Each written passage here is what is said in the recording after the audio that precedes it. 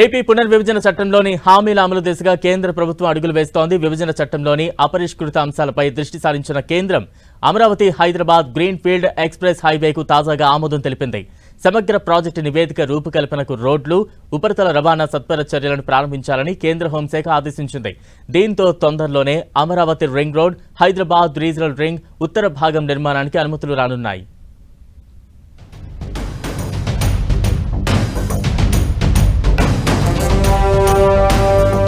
ఆంధ్రప్రదేశ్ పునర్విభజన చట్టంలోని పెండింగ్ అంశాలపై కేంద్ర ప్రభుత్వం దృష్టి సారించింది.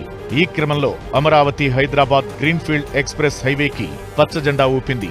ఈ మేరకు డిపిఆర్ రూపకల్పనకు చర్యలు ప్రారంభించాలని హోంశాఖను ఆదేశించింది. ఈ నేపథ్యంలో త్వరలో అమరావతి రింగ్ రోడ్ ప్రక్రియ ప్రారంభం కానుంది. మరోవైపు తెలంగాణలో RRR ఉత్తర భాగానికి అనుమతుల ప్రక్రియ మొదలైంది. ఈ డిపిఆర్ కార్యరూపం దాల్చితే అమరావతి హైదరాబాద్ మధ్య 4 గంటల్లోనే గమ్యస్థానం చేరుకునే అవకాశముంటుందని అధికారులు అంచనా వేస్తున్నారు.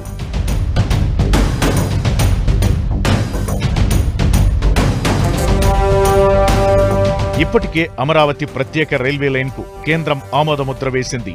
ఇందుకు కేంద్రం నిధులను కూడా మంజూరు చేసింది. ఈ లైన్ గురించి భూసేకరణ ప్రక్రియపై ప్రస్తుతం కసరత్తు కొనసాగుతోంది. ఇదే సమయంలో ఏపీలో రిఫైనరీ ఏర్పాటును పరిశీలించాలని పెట్రోలియం శాఖను కేంద్రం ఆదేశించింది. ఈ రిఫైనరీ 80,000 కోట్ల రూపాయలతో ఏర్పాటయ్యే అవకాశమున్నట్టు తెలుస్తోంది. వీటితో పాటు విభజన చట్టంలోని పలు సమస్యల పరిష్కారానికి పలు శాఖలకు హోంశాఖ ఆదేశాలు జారీ చేసింది. మరోవైపు విశాఖ రైల్వే జోన్ పనులు వేగవంతం చేయాలని కేంద్రం ఆదేశించింది. 2 ఏళ్లలో అక్కడి నుంచి కార్యకలాపాలు ప్రారంభించాలని రైల్వే శాఖకు కేంద్రం నిర్దేశించింది.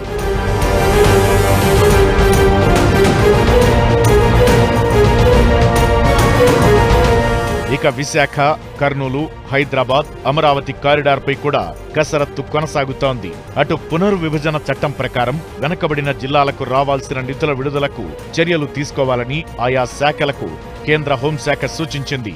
తెలంగాణ విషయంలో నీతి ఆయోగ్తో చర్చలు చేయాలని స్పష్టం చేసింది. మొత్తానికి ఏపీ విభజన చట్టంలో పెండింగ్లో ఉన్న అనేక సమస్యల పరిష్కారంపై కేంద్రం దృష్టి పెట్టింది. ఈ సమస్యలు పరిష్కారమైతే 2 రాష్ట్రాలు అభివృద్ధిలో మరింతగా దూసుకుపోయే అవకాశముందని అంచనా వేస్తున్నారు.